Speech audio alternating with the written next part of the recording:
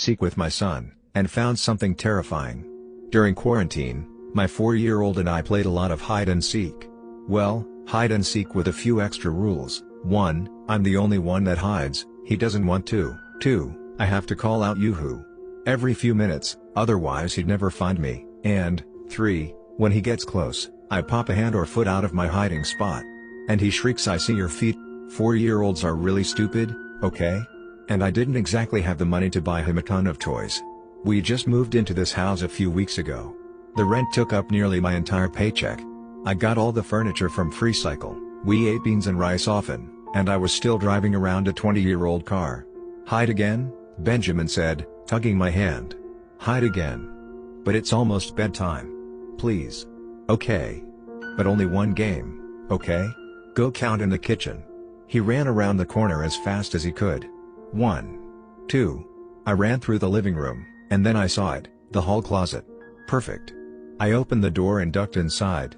It was a tight fit, all those scratchy, furry old coats pressing against me, but it was worth it. Because the better the hiding spot, the more time I got to myself. I pulled out my phone and started browsing Reddit. Soon his muffled footsteps sounded, around the dining room. I waited a minute. When he didn't seem to be coming my way, I cracked the door. "Yoo-hoo!" I called out. Footsteps grew louder. I heard his muffled giggles as he walked towards me, and then he started going up the stairs. What an idiot. I cracked the door open a little further, just in time to see his little feet disappear from the landing. Then I shrugged. More time for me. I sat back down in the closet and pulled out the phone. "Mommy," I heard him giggle from upstairs. "Mommy, where are you?" I smiled. I wonder if a mom invented hide and seek. It's quite brilliant. You get a few precious minutes away from your child, and they're not even supposed to make much noise. But you're entertaining them at the same time. Absolutely. Yoo-hoo. I stopped. Every muscle in my body froze. But I heard it, clear as day. A soft, clear voice calling from upstairs. But Benjamin and I were home alone. "Oh God, someone's in the house!" And Benjamin, I burst out of the closet.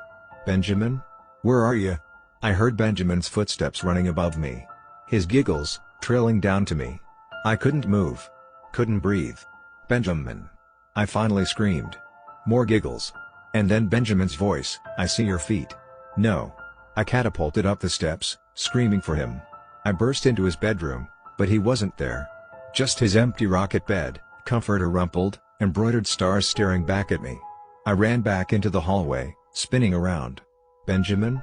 But I didn't hear any footsteps. Any giggling. The house was dead silent now, and I could hear a pin drop. I ran into the guest bedroom. It was empty. I ran over to the closet. Threw it open, looked up and down. Nothing. Stumbling back out in the hallway, I crossed back towards my bedroom. The only bedroom left. I ran inside and flicked on the light. Empty. The pile of dirty laundry on the chair, untouched.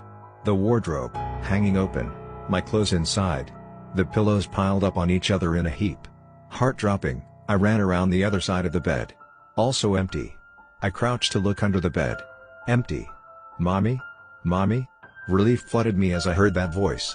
The door to the bathroom opened a crack, and one blue eye peered out at me, wide with fear. I ran over and grabbed him. Hugged him. And then I hoisted him up and started out of the bathroom. His eyes were still wide with fear. And they weren't focused on my face, but the spot just over my shoulder. I whipped around. It took me a moment to see it. But then I did. I stared at the wardrobe, frozen, my heart pounding in my ears.